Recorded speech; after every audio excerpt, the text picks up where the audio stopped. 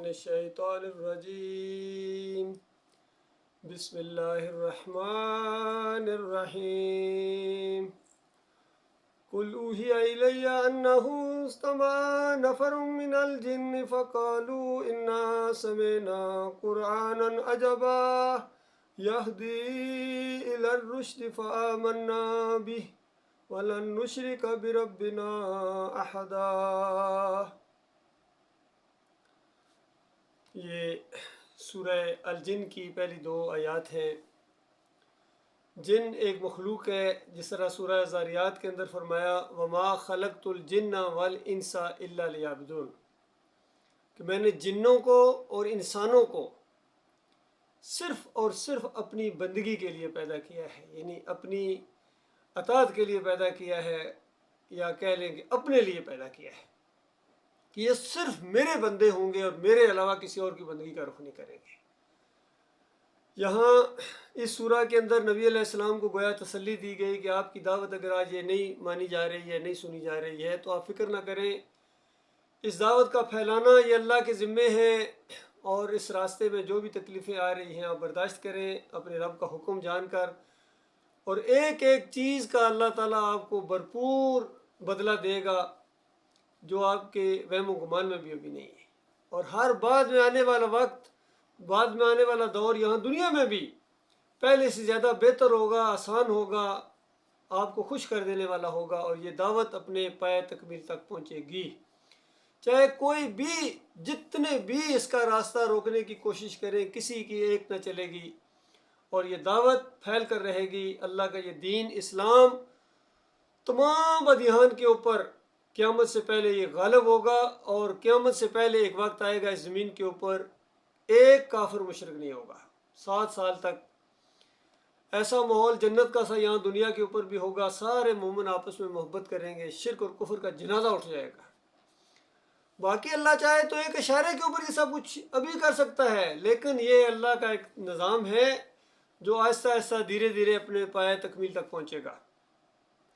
یہاں بتایا گیا کہ آپ کو معلوم نہیں ہے، یہ ہم آپ کو بتا رہے ہیں کہ آپ کی دعوت اب جنات میں بھی پھیل گئی ہے۔ آپ جہاں قرآن پڑھ رہے تھے، صلاۃ الفجر میں قرآن پڑھ رہے تھے، تلاوت کر رہے تھے، اور جنوں کا ایک گروہ ادھر سے گزرا۔ دوسری جگہ اس طریقے سے بیان ہوا ہے کہ جنوں نے کہا کہ پہلے ہم اوپر جاتے تھے، کچھ اوپر کی خبریں سن لیتے تھے، اب کیا معاملہ ہے، سارے راستے اوپر بند کر دیے گئے ہیں، اب دنیا والوں کے لیے اللہ تعالیٰ کوئی فیصلہ کرنے والا ہے، کوئی عذاب کا یا کوئی رحمت کا، ڈھونڈو کیا ہوتا ہے، ہر طرف زمین پر پھیل جاؤ۔ تو سارے جن پوری زمین کے اوپر پھیل گئے۔ تو وہ جو گروہ مکے کی طرف آیا، اس نے جب یہ قرآن سنا تو آپس میں جنوں کو کہا کہ بھائیو خاموش ہو جاؤ، اور پھر بڑی غور سے انہوں نے اس قرآن کو سنا۔ آپ غور کیجئے، قرآن سننے کے بعد ان کے اوپر جو پہلا اثر ہوا ہے وہ ان آیات کے اندر بیان ہوا ہے، اور واقعی یہ اثر ہوتا ہے۔ جو بھی ذرا سا فہم رکھتا ہے، عقل رکھتا ہے، یا غور کے ساتھ اس کو سنے گا، جس طرح مالک فرماتا ہے جب قرآن پڑھا جائے تو خاموش ہو جائے اور غور سے سنو تاکہ تمہارے اوپر رحم کیا جائے۔ تو جو غور سے سنے گا ان کے اوپر رحم کیا جاتا ہے۔ ان جنوں کی اس جماعت نے بڑے غور سے اس کو قرآن سنا، اس قرآن کو سنا، اور پھر اللہ نے ان کے اوپر ایسا رحم کیا جس کا ذکر ان آیات کے اندر ہے۔ فرمایا اے نبی کہو میری طرف وحی بھیجی گئی ہے، یعنی جب وہ جن سن رہے تھے اس وقت نبی علیہ السلام کو کوئی پتہ نہیں چلا کہ جن بھی سن رہے ہیں، سارے اولیاء اللہ پیچھے نماز پڑھ رہے ہیں، ان کو بھی کوئی خبر نہیں، کسی کو کوئی پتہ نہیں، چونکہ غیب کی خبریں جنات نظر نہیں آتے ہیں جب تک اللہ نہ بتائے۔ تو یہ وحی کے ذریعے، دیکھو یہاں بھی علم غیب کی نفی ہے کہ کوئی غیب نہیں جانتا ہے۔ واقعہ پیش آیا، جنات نے پاس آ کے سنا، آپس میں گفتگو کی، لیکن کسی کو کوئی معلوم نہیں جب تک اوپر سے وحی نہیں آئی ہے۔ اس لیے بتایا گیا کہ نبی کہو کہ میری طرف وحی کے ذریعے یہ بات آئی ہے، اور میں یہ تمہیں بتا رہا ہوں کہ جنوں کے گروہ نے قرآن کو غور سے سنا، اور پھر اس کے بعد اپنی جماعت یعنی اپنے جنوں کے اندر، اپنے قبیلے کے اندر دوڑ کر واپس گئے ہیں بڑی تیزی کے ساتھ، اور وہاں جا کے یہ خوشخبری سنائی ہے، اور کہا انہوں نے کہ ہم نے ایک بڑا ہی عجیب قرآن سنا ہے، بڑا ہی عجیب قرآن ہے۔ دیکھو جس طرح کافروں مشرکوں کے لیے سورہ کاف کے اندر فرمایا کہ جب انہوں نے قرآن کو سنا کہ جب تم مر جاؤ گے، مٹی ہو جاؤ گے، ہڈیوں کا پنجر بن جاؤ گے، پھر دوبارہ تمہیں حساب کتاب کے لیے کھڑا کیا جائے گا، دوبارہ تمہیں زندگی ملے گی، دوبارہ زندہ ہونا ہے، حساب کتاب ہے۔ تو انہوں نے یہ بات سن کے کہا کہ یہ بات تو بالکل ہی عجیب ہے، یہ کیسے ہو سکتا ہے؟ یعنی انہوں نے اس طریقے سے عجیب کہا۔ اور یہاں جنہوں نے اس کلام کو سننے کے بعد کہا کہ بڑا ہی عجیب کلام ہے، اور عجیب یہ ہے کہ بالکل صحیح راستے کی طرف رہنمائی کرتا ہے، صحیح راستے کی طرف رہنمائی کرتا ہے، اس لیے ہم اس پر ایمان لے آئے، اور اب ہم ہرگز اپنے رب کے ساتھ کسی کو شریک نہ کریں گے۔ غور فرمایا آپ نے؟ یہ ہے رہنمائی، جو اللہ کے ساتھ شرک نہ کرے اس کو رہنمائی مل گئی، اور قرآن یہ رہنمائی کرتا ہے۔ قرآن پڑھنے والا شرک کرے، حیرت کی انتہا ہے۔ قرآن پڑھنے والا کہے کہ بھائی کچھ سمجھ نہیں آتی، کوئی فرقہ کیا کہتا ہے، کوئی مسلک کیا کہتا ہے، قرآن پڑھنے والا اس کو فرق سمجھ ہی کو نہ آئے، تو اس سے بڑی پھر عجیب اور اس سے بڑی حیرانگی کی بات نہیں ہونی چاہیے۔ قرآن پڑھنے والا کہے کہ مردے سنتے ہیں، تو یہ عقل کی انتہا ہے، کم عقلی کی، یعنی کہ اس کو سمجھ ہی کو نہیں آ رہی۔ قرآن پڑھنے والا فرقے بنائے، قرآن پڑھنے والا کہے کہ اللہ کے علاوہ کوئی اور داتا ہے، کوئی اور دستگیر ہے، قرآن پڑھنے والا، قرآن پڑھنے والا کسی اور کو مدد کے لیے پکارے، یا علی مدد، یا رسول مدد، قرآن پڑھنے والا یہ پکارے لگائے۔ وہ قرآن پڑھنے والا غیر اللہ کی نظر و نیاز کرے، یہ 11ویں ہو رہی ہے، یہ 12ویں ہو رہی ہے، قرآن پڑھنے والا، حیرت کی بات ہے۔ وہ قرآن پڑھنے والا اللہ کے ساتھ کسی کے اور کے رکوع اور سجدے ثابت کرے، کسی انسان کے، کسی نبی ولی کے، قرآن پڑھنے والا، یہ اس بندے کی بدبختی کی انتہا ہے۔ وہ قرآن پڑھنے والا واسطے وسیلے کے ساتھ اللہ کو پکارے، واسطے وسیلے کے ساتھ، بے حق فلاں، بے حرمت فلاں، قرآن پڑھنے والا کرے، تو پھر اس کی جہالت کی انتہا ہے۔ اور یہ جہالت کی انتہا کن کی ہے؟ عام لوگ نہیں ہیں، یہ جہالت کی انتہا ان کی ہے جو مفسر ہیں، جو اس طرح کی تفسیریں کرتے ہیں، جس کا میں اکثر ذکر کرتا ہوں کہ قرآن کی جو پہلی کڑاکے کی آیت پہلی سورت کے اندر، سورہ فاتحہ کے اندر آئی ہے، اللہ کی سکھائی یہ دعا ہے کہ میرے بندو اس طرح میرے سامنے آ کے کھڑے ہو جاؤ ادب و احترام کے ساتھ، بندگی کے ساتھ، اور مجھے کہو، یعنی اللہ تعالیٰ کہہ رہا ہے مجھے کہو، ایاک نعبد و ایاک نستعین، اے اللہ ہم تیری عبادت کرتے ہیں، کرتے رہیں گے، اور یا اللہ تجھ سے مدد مانگتے ہیں اور مانگتے رہیں گے، یعنی دنیاوی معاملات میں بھی مدد، ہر معاملے میں، مشکل مصیبت میں، اور سب سے بڑی بات یہ کہ ہمارے مالک ہماری مدد کر کے ہم تیری عبادت کریں، تیری مدد کے بغیر یہ ممکن نہیں۔ تو اس توحید کی پہلی کڑاکے کی آیت کو محمود الحسن صاحب نے، جو دیوبندیوں کے چوٹی کے علماء میں سے ہیں، انہوں نے شرک کے اندر بدلی کر دیا۔ کہتے ہیں عبادت اللہ ہی کی ہے، استعانت مدد بھی اللہ ہی سے ہے، لیکن اس کے کسی پیارے بندے کو، مقبول بندے کو خالص واسطہ رحمت الہی سمجھ کر اگر ان کو بھی آواز دی جائے، استعانت ظاہری کر لی جائے، تو یہ ایاک نعبد و ایاک نستعین کے اندر آتا ہے۔ یہ محمود الحسن جو چوٹی کے علماء میں سے پہلا فارغ التحصیل، جو ہونہار سٹوڈنٹ نکلے وہاں سے، انہوں نے تفسیر کی ہے 3 پارے، پھر اسی شرک کے اوپر ان کی موت آ گئی، اور باقی تفسیر مکمل کی ہے شبیر احمد عثمانی صاحب نے، جو بڑے سمجھے جاتے ہیں، پاکستان بنانے میں ان کا بڑا کردار ہے، بالکل ہوگا کردار، لیکن شرک پھیلانے میں بھی ان کا بہت بڑا کردار ہے۔ اور اس دن سے یہ دیوبندیوں کی یہ تفسیر چھپتی آ رہی ہے، آخر میں آ کے تقی عثمانی صاحب نے اس کو اور زیادہ زبردست پرنٹنگ کے ساتھ اس کو یہ کیا ہے، اور اس کے اندر وہ شرک اس کو قائم رکھا ہے انہوں نے۔ تو اللہ کے بندو، یہ وہ تفسیر ہے جو ایک عرصہ دراز تک سعودی عرب سے امت مسلموں کو تحفہ دی جاتی رہی ہے۔ سعودی عرب پہلے ٹائٹل کے اوپر لکھا ہوا ہے کہ یہ شاہ فہد کی طرف سے امت مسلموں کو تحفہ ہے، یعنی شرک کا یہ تحفہ اور شرک اور کفر کا یہ پلندہ یہ پوری دنیا میں پھیلایا جا رہا ہے، لاکھوں کروڑوں کی تعداد میں یہ پرنٹ ہوا ہے اور پوری دنیا میں پھیل گیا یہ شرک۔ بتاؤ اللہ کے بندو، اب یہ عوام پکارے یا علی مدد، یا رسول مدد، ان کا کیا قصور ہے؟ ہاں اس معنوں میں قصور ہے کہ ان کو آنکھیں کھولنی چاہیے تھی کہ بڑے سے بڑا کوئی آ جائے جنہوں نے ہمارے مالک کی کتاب کے خلاف کوئی فتویٰ دیا ہے تو ان کی آنکھیں کھلنی چاہیے۔ کتنا سادہ یہ مسئلہ ہے کفر بالطاغوت والا، اور اللہ کے تعالیٰ کا یہ اتنا مطالبہ ہے کہ دیکھو میری بات آ جائے اور میرے مقابلے میں کسی بڑے سے بڑے عالم کی آ جائے، بڑے سے بڑا ہو، گدی نشین ہو، بڑے سے بڑے مدرسے چلانے والا ہو، تو کیا تمہارے ایمان کا یہ اتنا مطالبہ نہیں ہونا چاہیے آزمائش کہ اتنی بات کہہ دو کہ اللہ کی بات سچی اور مولوی کی بات جھوٹی، بس میرا اس مولوی سے کوئی تعلق نہیں۔ اس کو قرآن کی اصطلاح میں کفر بالطاغوت کہتے ہیں، اور مالک فرماتا فَمَن يَكْفُرْ بِالطَّاغُوتِ وَيُؤْمِن بِاللَّهِ فَقَدِ اسْتَمْسَكَ بِالْعُرْوَةِ الْوُثْقَىٰ لَا انفِصَامَ لَهَا، جو کوئی ان طاغوتوں کا انکار کرے اور پھر اللہ کے اوپر ایمان لائے، اس نے وہ مضبوط سہارا پکڑ لیا جو کبھی نہیں ٹوٹے گا۔ یہ ایک مثال، ایک نمونے کے طور پر آپ کے سامنے رکھا ہے۔ خود آپ جان جائیں گے کہ واقعی بات تو یہ ہے کہ اتنا تو مطالبہ اللہ کا ہونا چاہیے تھا، لیکن مسئلہ یہ ہے کہ جب دوسروں کے علماء سامنے آتے ہیں تو ان کا تو رد کر دیتے ہیں، لیکن جب اپنی پارٹی کا کوئی عالم دین سامنے آتا ہے اس طرح شرک اور کفر کرتے ہیں، اس وقت لوگوں کی ٹانگیں کانپنا شروع ہو جاتی ہیں اور پھر ڈواں ڈول ہو جاتے ہیں کہ اب کیا کریں، اب تو ہمارے حضرت بھی اسی جرم میں پکڑے گئے۔ تو اللہ کے بندو، انصاف یہ ہوتا ہے کہ اگر چوری کی جرم میں اگر کوئی دوسرا پکڑا جائے وہ بھی چور ہے، آپ کا اپنا بھتیجا اور اپنا کوئی بانجا پکڑا جائے تو وہ بھی چور ہے۔ لیکن ہماری قوم کا مزاج ایسا ہے، مجھے ابھی تک یاد ہے وہاں فیروز والا میں ایک دفعہ اسی ایمان اور عقیدے کی جب وہ آپس میں اختلاف کی وجہ سے پرچہ کٹ گیا ہمارے خلاف اور وہاں ایس ایچ او نے بلایا، بات چیت ہو رہی تھی تو ایک نوجوان انہوں نے پکڑ کے لائے، سپاہیوں نے وہ ایک دم اس کو اندر لے آیا، کہتے سر چور پکڑا ہے، چور پکڑا ہے، پکڑ لیا ہم نے۔ اور ادھر ہی بیٹھا ہوا علاقے کا جو بڑا ایک کونسلر ٹائپ تھا، اس نے اس کی طرف دیکھا تو اس نے ایس ایچ او کو کہا اپنا ہی منڈا ہے، اپنا ہی منڈا، چھوڑ دے اس کو، چھوڑ دے، اپنا ہی ہے، اپنا ہی۔ تو اندازہ جب یہ معیار ہو جائے انصاف کا، ہر جگہ یہی معاملہ ہے، وہ تو دنیاوی چوری کا معاملہ ہے، کرپشن کا معاملہ ہے، اور یہاں مذہبی کرپشن اور اس چوری کا معاملہ بھی اسی طریقے سے ہے کہ کوئی اپنا اگر کفر شرک کرے تو کہتے ہیں یہ تو اپنا ہے نا جی، اپنا بت کیسے توڑیں؟ دوسروں کے بت توڑنے کے لیے ہر بندہ تیار ہے، اپنے بتوں کی حفاظت کرتے ہیں۔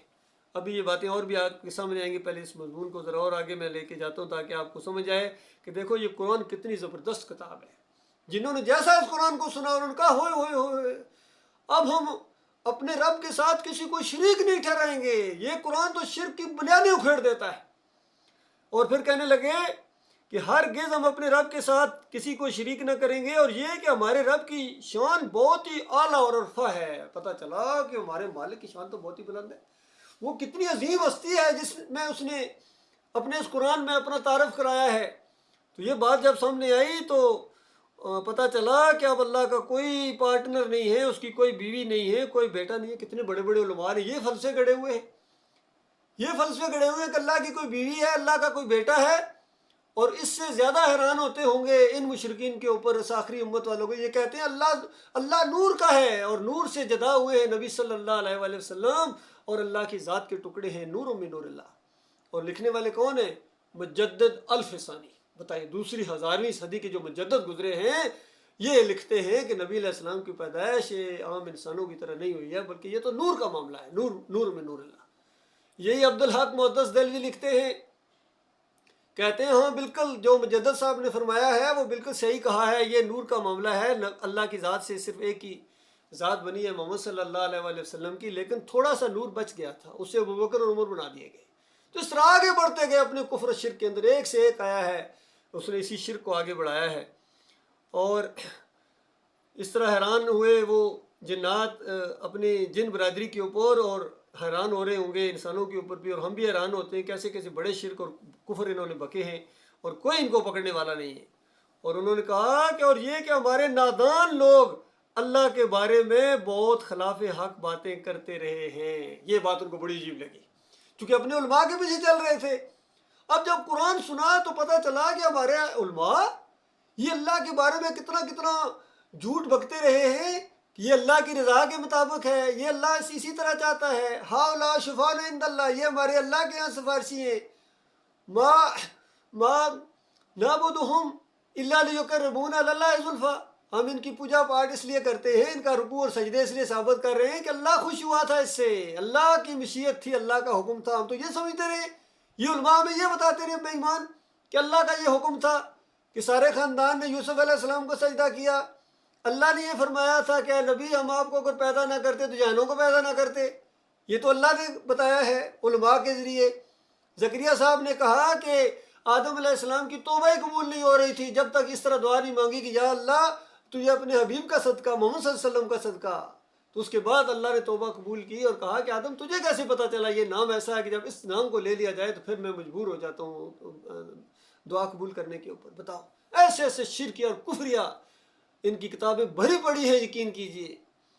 صوفیوں کی کتابوں کے اندر تو اتنا جھوٹ ہے کہ مسلم رحمۃ اللہ علیہ دیباچے میں لائے ہیں صحیح مسلم کے، کہتے ہیں یہ جو صوفیہ زہاد جن کو کہا جاتا ہے، یہ حدیث کے معاملے میں اور نبی علیہ السلام کے معاملے میں اتنے جھوٹے ہیں، اتنے جھوٹے ہیں، اتنے جھوٹے ہیں کہ جھوٹ ان کی زبانوں سے جاری ہو جاتا ہے. اگر ان کا ارادہ بھی نہ ہو جھوٹ بولنے کا، پھر بھی زبان سے جھوٹ جاری ہو جاتا ہے. یہ مسلم رحمۃ اللہ علیہ ہے. اندازہ لیں اتنے جھوٹے. آپ کو اگر یقین نہ آئے تو ان کی کتابیں اٹھا کر دیکھیے. عبد القادر جیلانی کی بنیت الطالبین اٹھائیے، فتح الغیب اٹھائیے، محی الدین چشتی کے ملفوظات اٹھائیے، مجدد الفسانی کے مکتوبات اٹھائیے، شاہ ولی اللہ کے انفاس العارفین اٹھائیے، حجت اللہ البالغہ اٹھائیے. ایک سے ایک جھوٹ، ایک سے ایک جھوٹ. مثال کے طور پر حجت اللہ البالغہ کے اندر شاہ ولی اللہ صاحب لکھتے ہیں کہ جس طرح کچھ خواتین ہوتی ہیں لیکن مردانہ انداز ہوتا ہے ان کے، اسی طرح کچھ مرد ہوتے ہیں زنانہ پن ہوتا ہے ان کے اندر، اسی طرح انسانوں میں کچھ فرشتہ صفت انسان ہوتے ہیں.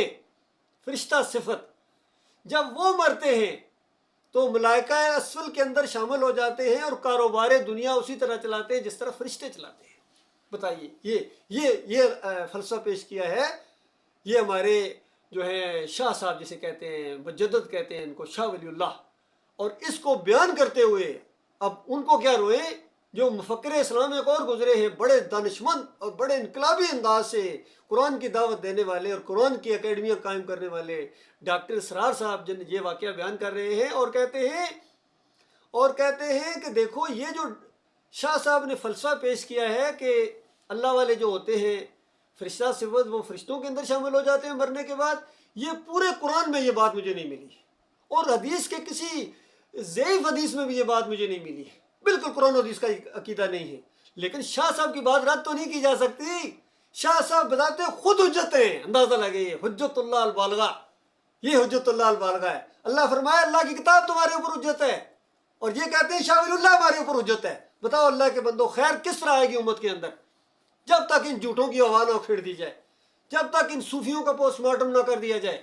سب سے بڑے جھوٹے، سب سے بڑے مجرم اس قرآن کے یہ صوفی گزرے. اور اس کے بعد دوسرا طبقہ جو ہے رہبان کا، احبار اور رہبان نے مل کے مارا ہے. جس طرح اللہ کی کتاب سورہ توبہ کے اندر بیان کرتی ہے کہ ان کثیر من الاحبار ورہبان لیاکلون اموال الناس بالباطل ویصدون عن سبیل اللہ. مومنو یہ اکثریت ہے ان احبار اور رہبان کی، یہ لوگوں کا مال کھاتے ہیں باطل طریقے سے اور لوگوں کو اللہ کے راستے سے روکتے ہیں. رہبان آئے، انہوں نے کہا یہ جو قبر پرستی کا شرک آیا ہے کہ مردہ سننا شروع ہو جاتا ہے، سمائے موتا کا عقیدہ کہتے ہیں اختلافی مسئلہ ہے. اچھا قرآن اختلافی ہے؟ قرآن کہتا ہے انک لا تسمع الموتا، تم مردوں کو نہیں سنا سکتے. اموات غیر احیاء، یہ مردے ہیں زندگی نہیں ہیں. وہم عن دعائہم غافلون، یہ تمہاری دعاؤں سے غافل ہیں. ومن ورائہم برزخ الی یوم یبعثون، دوبارہ زندگی کے بعد اٹھنے تک ایک برزخ حائل ہے. ثم انکم بعد ذلک لمیتون ثم انکم یوم القیامت تبعثون، اس زندگی کے بعد تمہیں موت ہے، پھر قیامت کے دن تم اٹھو گے. کتنی آیتیں اللہ کے بندوں، کتنی آیتیں آپ کو سنائی جائیں، کتنی آیتوں کا انکار کیا جائے تو گنجائش موجود ہے مسلمان کافر نہیں ہوتا. بتاؤ قادیانیوں نے ایک آیت کا انکار کیا بلا شبہ کافر ہو گئے، اور ان کو جو کافر نہ کہے وہ بھی کافر ہے. اور یہ ہزاروں آیتوں کا انکار کریں. سمائے موتا کی جتنی آیات ہیں نہ بریلوی مانتے ہیں، نہ دیوبندی مانتے ہیں، نہ اہل حدیث مانتے ہیں، نہ سلفی مانتے ہیں. سارے کہتے ہیں کہ مردہ زندہ ہے، سنتا ہے، دیکھتے ہیں، پہچانتا ہے. ان کے اندر روح واپس آ جاتی ہے. فتویٰ ہے عبداللہ بن باز مفتی اعظم سعودی عرب کا، حج اور عمرہ کتابچہ ان کو اٹھا کر ابھی ہمارے پاس موجود ہے، کسی کو شک ہے دیکھ لے. کہتے ہیں نبی علیہ السلام کی روح واپس آ جاتی ہے جب کوئی صلاۃ والسلام جا کے قبر کے اوپر پڑتا ہے، اور خود اپنے کانوں سے سنتے ہیں اور جواب دیتے ہیں. زکریا صاحب کہتے ہیں کہ جامی نے کچھ اشعار لکھے اور اس کے بعد قبر کے اوپر جا کے نبی علیہ السلام کی قبر کے اوپر جا کے اشعار پڑھے تو نبی علیہ السلام نے ہاتھ نکالا اور مسافہ کیا. اندازہ لگائیے قبر کے اندر سے مسافہ کیا. توصیف الرحمان راشدی کہتے ہیں کہ اسی قبر کے اندر برزخی زندگی ہے، اسی قبر کے اندر برزخی زندگی. علی انجینئر کہتا ہے اسی قبر کے اندر برزخی زندگی ہے. بتاؤ اسی قبر کے اندر برزخی زندگی کیسے آ گئی؟ اس قبر میں تو آپ اتر سکتے ہیں کہ برزخ میں جا سکتے ہیں. اس میں تو ہفتے ڈیڑھ بعد کو میت کو نکالتے ہیں پوسٹ مارٹم کے لیے، برزخ سے ادھر لے آئے پھر ڈاکٹر کو چیک کرنے کے لیے. اتنی تمہاری بات میں سمجھ میں نہیں آ رہی ہے. تو اس طرح ان دونوں جھوٹوں نے دو جھوٹے گروہ گزرے ہیں جو علماء کے، ایک صوفیوں کی شکل میں آیا ہے اور ایک یہ قبر پرستی کا جنہوں نے انجیکشن دیا ہے. احمد بن حنبل کے ذریعے عقیدہ آیا عہد فی القبر کا، پھر ابن تیمیہ نے اس کو آگے بڑھایا، ابن قیم نے، ابن حجر عسقلانی نے، امام نووی نے، سب نے اسی کو اپنایا ہے. پھر اس کے بعد اعلیٰ حضرت ہوں یا ابو الاعلیٰ حضرت ہوں، سب نے اس عقیدے کو اپنایا ہے. رسائل و مسائل پڑھی ہے مودودی صاحب کی، سوال کیا گیا، لوگ سوال کرتے ہیں حضرت آپ عالم دین ہے، بتائیں مسئلہ کیا ہے؟ کہ دیکھو لوگ قبر والوں کو جا کے پکارتے ہیں، کیا مسئلہ ہے، قرآن کیا کہتا ہے؟ تو مودودی صاحب جواب دیتے ہیں کہ دو صورتیں ہیں پکارنے کی، دو صورتیں، ایک تو یہ کہ چپکے چپکے دل کے اندر سے پکارو، اور ایک یہ ذرا اونچا پکارو۔ تو چپکے چپکے دل کے اندر سے پکارو گے تو یہ تو شرک ہو جائے گا، کیونکہ واللہ علیم بذات الصدور، دلوں کا حال تو صرف اللہ جانتا ہے، یہاں قرآن کی آیت پیش کی۔ اور دوسری صورت یہ ہے کہ ذرا اونچا اونچا پکارو، حق باہو بے شک باہو، یا بری کر کھری، یا محی الدین چشتی، ذرا اونچی نعرہ لگاؤ اس طرح۔ تو مودودی صاحب کہتے ہیں عقیدے میں خرابی لازم نہیں آتی ہے، لیکن یہ اندھیرے میں تیر چلانے کے برابر ہے۔ ہو سکتا ہے آپ حضرت صاحب کو پکار رہے ہیں اور حضرت صاحب کہیں اور تشریف لے کے گئے ہوں، آپ قبر پر جا کے حضرت صاحب کو پکار رہے ہیں، اور حضرت صاحب بغداد گئے ہوں پیر صاحب کو ملنے کے لیے، حضرت صاحب مدینے گئے ہوں نبی علیہ السلام کی ملاقات کے لیے۔ بتائیے یہ دین پیش کیا جا رہا ہے، یہ مردے آتے جاتے ہیں، پتن بھائی ایر جاتے ہیں یا کس طرح جاتے ہیں، کوئی سمجھ نہیں آئی ان کو۔ لیکن مودودی صاحب کہتے ہیں ہو سکتا ہے وہاں تشریف نہ فرماؤ، پھر کیا کرو گے، تم تو خالی قبر کو پکار رہے ہو۔ پھر کہتے ہیں ہو سکتا ہے حضرت تشریف فرما ہوں لیکن وہ نماز پڑھ رہے ہوں، عبادت میں لگے ہوں، اور کتنی ہے بڑی آپ کی گستاخی، آپ آواز دے رہے ہیں یا بری کر کھری، یا بری کر کھری، وہ نماز پڑھ رہے ہوں، یا داتا دے، یا داتا دے، اور داتا صاحب جناب کہیں اور وہ اس وقت مراقبے میں گئے ہوئے ہوں، تو آپ ڈسٹرب کر رہے ہیں۔ بتائیے یہ دین پیش کیا جا رہا ہے، حضرت صاحب یہ دین پیش کر کے گئے۔ یہ شاہ فیصل ایوارڈ یافتہ ہیں، شاہ فیصل نے ایوارڈ دیا تھا دینی خدمات کے اوپر مودودی صاحب کو، مفکر اسلام ان کا لقب ہے، اللہ کے بندو۔ بتاؤ کس جگہ میں ان کو جا کے رکھوں؟ ان باغیوں کو کہتے ہیں ان کو چھوڑ دو، میں ان کو نہیں چھوڑوں گا۔ اللہ کی کتاب کو انہوں نے نہیں چھوڑا ہے، اللہ کی کتاب کو جٹلا کے مرے ہیں، کافر اور مشرک بنا کے مرے ہیں امت کو۔ اللہ کے بندو یہ معاملہ ہے، ان جھوٹوں کا سب سے بڑے مجرم آج اللہ کی کتاب کے، یا یہ مردوں میں یہ صوفی گزرے ہیں، یا یہ مولوی اور پیر گزرے ہیں، یا آج کے یہ جو عرب کہلاتے ہیں، عرب شہزادے جن کی زبان میں یہ قرآن ہے، یہ اللہ کی کتاب کے مجرم ہیں۔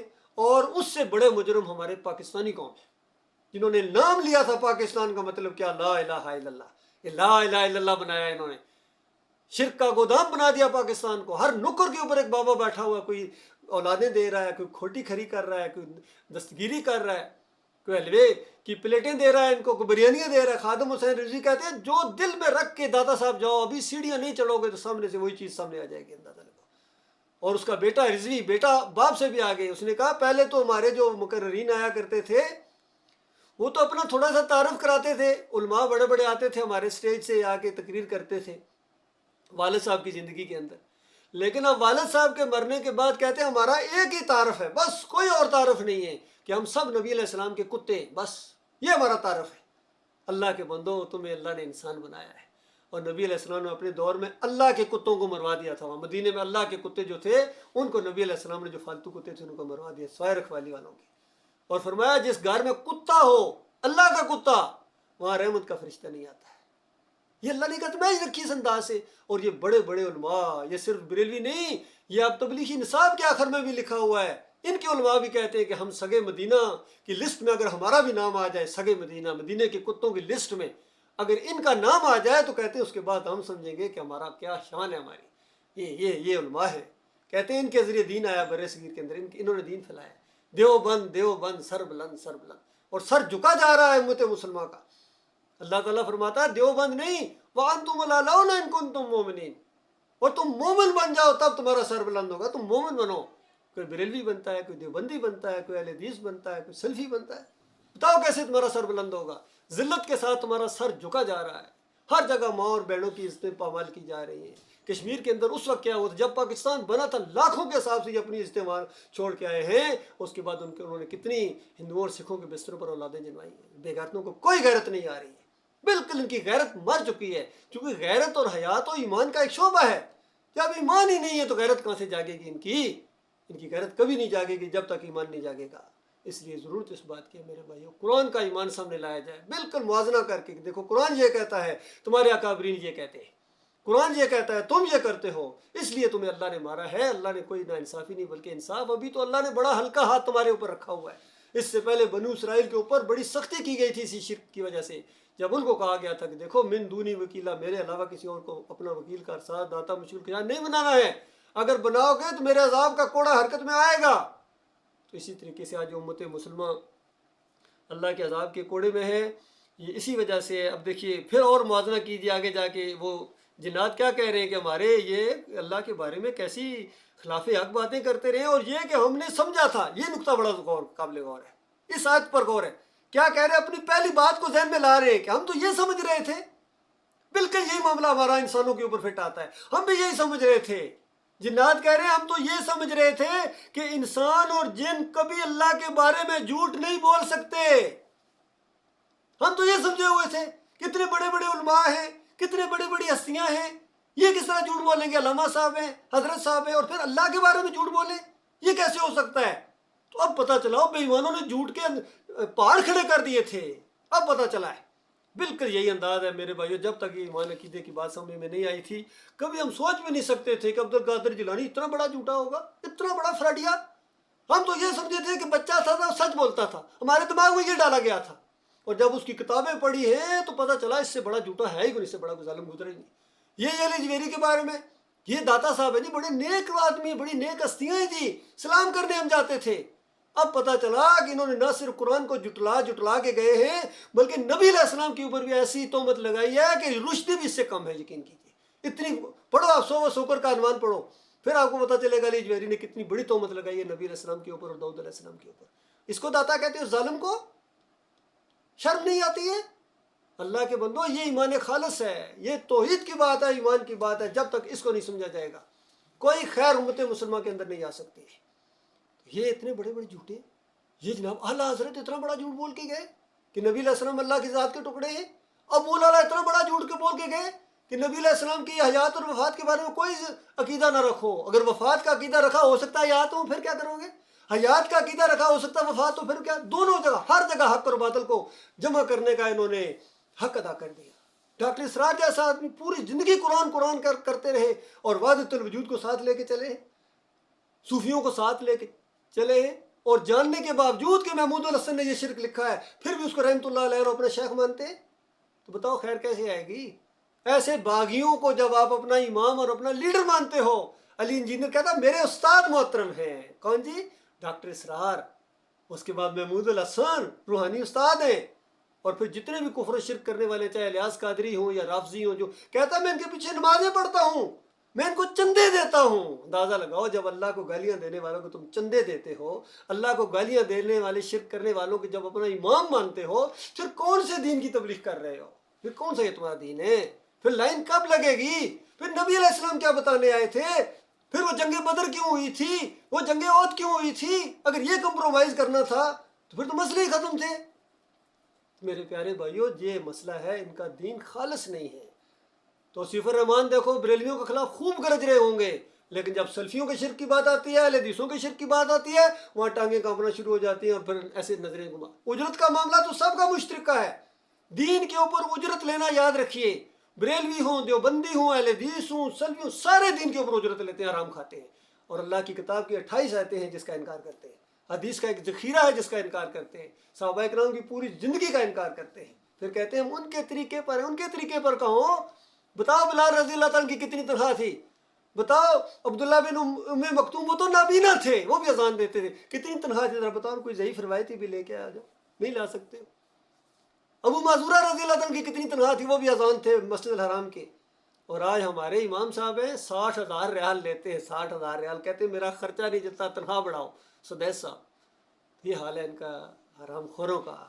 تو اللہ کے بندو یاد رکھنا، ان مولویوں سے جب تک کفر نہیں کرو گے، چاہے امریکہ کا مولوی ہے، فرانس کا مولوی ہے، لندن کا مولوی ہے، کراچی کا ہے، بحرین کا ہے، ہر جگہ، لاہور کا مولوی ہے، ہر جگہ اجرت لیتے ہیں، اجرت ان کی رگوں کا خون ہے۔ تو نبی علیہ السلام نے فرمایا موزن اس کو رکھو جو اجرت نہ لے، اور کہا کہ دیکھو اگر کوئی بیت اللہ میں بھی آتا ہے اور بیت اللہ کی چادر پکڑ کے اللہ کو یا ربی یا ربی یا ربی اس طرح دعائیں مانگتا ہے، تو اللہ اس کی دعائیں نہیں قبول کرتا ہے، کیونکہ اس کا جسم حرام کا، اس کا لباس حرام کا، حرام چیز سے اللہ نہ صدقہ قبول کرتا ہے اور نہ دعا قبول کرتا ہے۔ اسی وجہ سے دعائیں نہیں قبول ہو رہی ہیں، چاہے فلسطین کے لیے پکاریں لگا رہی دعائیں مانگی جا رہی ہیں، چاہے کشمیر کے لیے، چاہے اپنے ملک کے لیے، یہ دعائیں کیوں نہیں قبول ہو رہی ہیں؟ کیوں؟ ان حرام خوروں کو جب اپنا امام اور لیڈر بناؤ گے تو اس کے بعد دعائیں قبول نہیں ہوں گی، ان کے ساتھ ہمیشہ کی آگ میں رہنا پڑے گا۔ اور آخر میں یہ کہ ہمارے اپنے جو جماعت کے کہیں یہ کوئی نہ کہے کہ اپنے کو چھوڑ دیا آپ نے، محمد حنیف صاحب بتائیے کتنے بڑے عالم اور مفسر کتنے بڑے جھوٹے گزرے ہیں، کبھی ہم سوچ بھی نہیں سکتے تھے کہ یہ معصوم سا چہرہ جھوٹ بولے گا. جب جھوٹ ان کے سامنے ہے عقل حیران ہو گئی ہے. کہتے ہیں پورے خاندان نے یوسف علیہ السلام کو سجدہ کیا تھا، اور یہ سجدہ تعظیمی تھا، اللہ کا حکم تھا، اللہ خوش ہو گیا. اس سے بتاؤ اس سے بڑا کوئی جھوٹ ہو سکتا ہے؟ جیسے اللہ کے پاس دوسری طرف بیٹھا ہوا تھا، سب کو اللہ خوش ہو گیا، بڑی خوشی محسوس کی اللہ تعالیٰ نے. اور اللہ تعالیٰ فرمائے انہو من یشرک باللہ فقد حرم اللہ علیہ الجنہ، جو بھی شرک کرے گا اس پر اللہ نے جنت کو حرام کر دیا. اور انبیاء تک کے بارے میں فرمایا وَلَوْ أَشْرَكُوا لَحَبِطَ عَنْهُمْ مَا كَانُوا يَعْمَلُونَ، اگر یہ بھی شرک کرتے ان کا سارا کیا کرا میں غارت کر دیتا. سورہ مریم کی 58 نمبر آیت کے اندر سارے نبیوں کا اللہ نے ذکر کیا کہ یہ سارے نبی جب ان کے سامنے اللہ کی نشانیاں آتی تھیں تو اس کے بعد دڑام سے سجدے میں گر جاتے تھے. یعقوب علیہ السلام کا نام بھی ہے اس کے اندر ان کے بیٹے کا گویا. بتاؤ اللہ کے بندو، اللہ تو یہ بیان کرے. سورہ آل عمران کی 89 اور 80 نمبر آیت کے اندر اللہ تعالیٰ نے کلیے کے طور پر بات بیان کی ہے. مالک فرماتا ہے کسی بشر کا یہ کام نہیں ہے کہ اللہ اس کو نبی بنائے، اللہ اس کے اوپر کتاب نازل کرے، اللہ اس کو فہم و فراست عطا کرے، اور پھر وہ لوگوں کو کہے کہ اللہ کے بجائے میرے بندے بن جاؤ، میرے سامنے جھکو، مجھے رکوع سجدے کرو. مالک فرماتا ہے دماغ نہیں کام کر رہا ہے، وہ کبھی ایسی تعلیم نہیں دے سکتے. اور پھر ایک اور سٹیمپ لگائی اس کے اوپر. مالک فرماتا ہے اگر یہ والی وہ تعلیم دیں یہ انبیاء تو وہ تو مسلمانوں کو کافر بنا رہے ہیں. کیا انبیاء مسلمانوں کو کافر بنانے آتے تھے یا کافروں کو مسلمان بنانے آتے تھے؟ کافروں کو مسلمان بنانے آتے تھے. انبیاء مسلمانوں کو کافر نہیں بناتے تھے. اور پھر تیسری سٹیمپ لگائی. مالک فرماتا ہے انبیاء تو ہمیشہ لوگوں کو یہی کہتے رہے کہ اللہ والے بن جاؤ، اللہ والے بن جاؤ، اللہ والے بن جاؤ. وہ تو یہ کہتے رہے. تو گویا ان سارے لوگوں کو یہ جواب دیا اللہ تعالیٰ نے جو کہتے ہیں کہ ہمیں یہ جو شرک اور کفر ہے یہ اوپر سے چلا آ رہا ہے. انبیاء بھی اسی طرح کیا کرتے تھے. انبیاء نے یہ سجدے کہ ایک دوسرے کو سارے معاملے انہوں نے بھی ایسے ہی کیا تھا. مالک فرماتا آنے دو قیامت کا دن پھر تمہیں پتہ چلے گا. کانوا لہم اعداء وکانوا بعبادتہم کافرین، وہ تمہارے دشمن بن جائیں گے جب دیکھیں گے کہ تم نے ان کے اوپر ایسے ایسے الزام لگائے. وہ تو شرک کے دشمن تھے اور تم نے کہا کہ وہ ایسے کرتے تھے. وہ تمہارے دشمن بن جائیں، تمہیں کافر قرار دیں گے. اس وقت کیا بنے گی؟ تو اس شرک کے اوپر جو بھی جا رہا ہے مرتا جا رہا ہے آگ میں جا رہا ہے. جو بھی مرتا جا رہا ہے آگ میں، چاہے صوفی ہوں وہ آگ میں چلے گئے، چاہے بڑے بڑے علماء ہوں آگ میں چلے گئے. بچا وہ ہے جس نے ایمان خالص کیا ہے، چاہے محمد حنیف ہو یا اس کے سالے جتنے مرتے جا رہے ہیں سارے آگ میں جا رہے ہیں. میرے بھائیوں جو بھی شرک کے اوپر اللہ نے فیصلہ کر دیا ہے اور اپنے نبی کے ذریعے، قرآن میں تو پہلے مالک کہہ چکا تھا، اور اپنے نبی کے ذریعے آخری بات گویا یہی بتائی کہ دیکھو دنیا والوں سنو، ممات یشرک باللہ شیئن دخل النار. جس کی بھی موت آتی ہے اگر شیئن شرک ہو، شیئن کی بات ہو رہی ہے، یہ پکارے لگانا یا علی مدد یا رسول مدد، 11ویں 12ویں سبیلیں، واسطے وسیلے، بے حقے بے حرمتے فلاں، یہ جمہوریت کا مشرک، یہ تو بڑے بڑے شرک ہیں. فرمایا یشرک باللہ شیئن دخل النار، جس کی موت آئی اور شیئن شرک اس کے اندر رہ گیا، بال برابر شرک دانستہ، اور اس نے توبہ نہیں کی ہے تو اس کے بعد آگ کے اندر چلا گیا. اغرقوا فادخلوا نارا، وہ آگ میں گیا ہے، مرتے ہی آگ میں چلے گئے ہیں. جو بھی مرتا ہے آگ میں چلا جاتا ہے. آپ پیچھے سے بے شک کہتے رہے حضرت صاحب کو اللہ تعالیٰ جنت الفردوس میں اعلیٰ مقام عطا فرمائے. اعلیٰ مقام بڑے مجاہد گزرے ہیں جی، بڑے دین کا کام کیا ہے، بڑی انہوں نے جو ہے بڑی محنتیں کی ہیں جی، علماء تھے بہت بڑے، اور اللہ کی کتاب کہتی ہے وہ آگ میں چلے گئے. اللہ تعالیٰ ایسے خوفناک انجام سے اپنی پناہ میں رکھے. وقول قولی ھذا استغفر اللہ لی ولکم ولسائر المسلمین.